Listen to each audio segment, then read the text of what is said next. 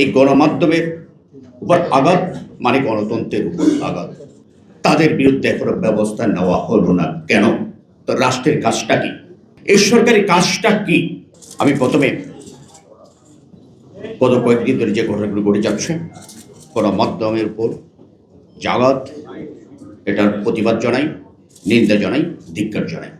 আমি দু তিনটা কথা বলে শেষ করব।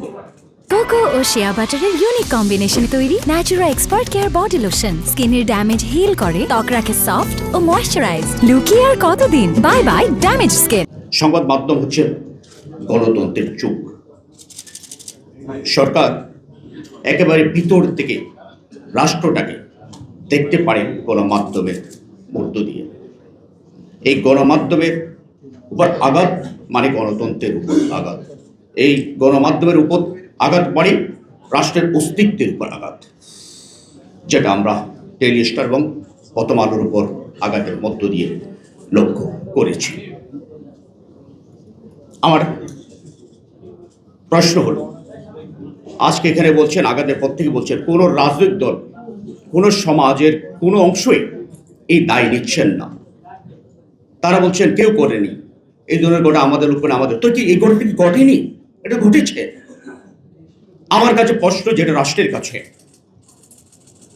এই ঘটনা ঘটার পরেও তাদের বিরুদ্ধে এখনো ব্যবস্থা নেওয়া হলো না কেন? তো রাষ্ট্রের কাজটা কি, এই সরকারি কাজটা কি? আপনাকে একটা ব্যর্থ রাষ্ট্রে পরিণত করতে চান, এই দেশটা কি? কেন এখনো তারা গ্রেপ্তার হলো না? এভাবে কি করতেই থাকবে? আজকে ডেইলি স্টার প্রথম আলোতে আগুন দিয়েছে, খুলনায় সাংবাদিক হত্যা করা হয়েছে, লক্ষ্মীপুরে শিশু বাচ্চাকে একটা রাজনৈতিক দলের নেতার বাড়িতে চারদিক দিয়ে দরজা বন্ধ করে দিয়ে পেট্রোল ঢেলে দিয়ে জ্বালিয়ে একটা ছোট শিশুকে হত্যা করা হয়েছে। বাউলদের উপর নৃশংস হামলা হয়েছে। এই সংস্কৃতি আমার না, এই সংস্কৃতি আমার না। এর জন্য 30 লাখ শহীদ রক্ত দেয়নি, 24-এর অভ্যুত্থানে শত শত ছাত্রের জন্য জীবনে দেয়নি।